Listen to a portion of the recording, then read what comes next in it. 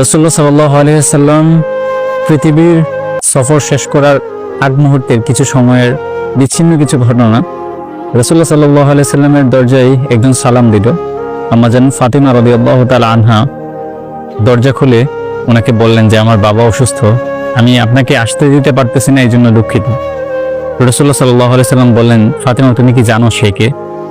সে হচ্ছে আমাদের দুনিয়ার জীবন থেকে আখিরাতের জীবনে যাওয়ার মাধ্যম।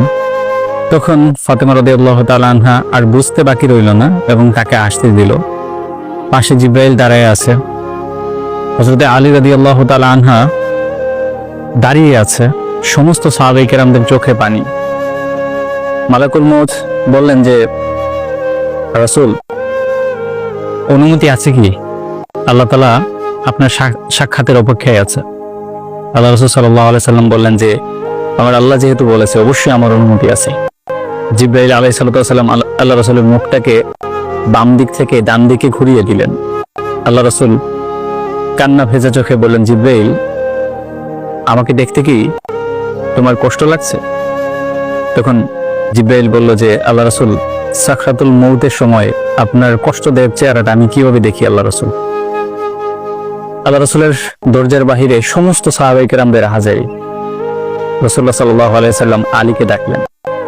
আলী তার কানটাকে রাসূলুল্লাহ সাল্লাল্লাহু আলাইহি সাল্লামের মুখ মুবারকের কাছে নিয়ে আসলো। তখন রাসূলুল্লাহ সাল্লাল্লাহু আলাইহি সাল্লাম বলল যে নামাজ পড়ো, নামাজ ছেড়ো না। আল্লাহ রাসূল সাল্লাল্লাহু আলাইহি সাল্লাম একদম শেষ সময়ে জিব্রাইলকে বলল যে জিব্রাইল আমার তো কষ্ট অনুভূত হচ্ছে, কিন্তু আমার উম্মতের জন্য সেই কষ্টটা অনুভূত না হয়। জিব্রাইলকে আল্লাহ রাসূল বলল যে জিব্রাইল আমার উম্মতকে কি আল্লাহ তাআলা ক্ষমা করবে? আমি তো চলে যাচ্ছি, আমি তো আর দুনিয়াতে থাকবো না, আমার উম্মতকে যেন আল্লাহ তাআলা রহমত থেকে বঞ্চিত না করেন। সেই রাসূলকে আমি কিভাবে ভালো না বাসি? সেই রাসূল কেন আমার হৃদয়ে ধারণ থাকবেন?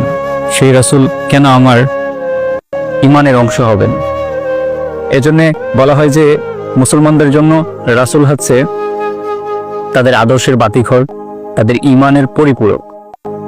রাসূলের ভালোবাসা হচ্ছে আমাদের হৃদয়ের খোরাক। আল্লাহ তাআলা সেই ভালোবাসাকে মৃত্যু অবধি আমাদের অন্তরে রাখুক।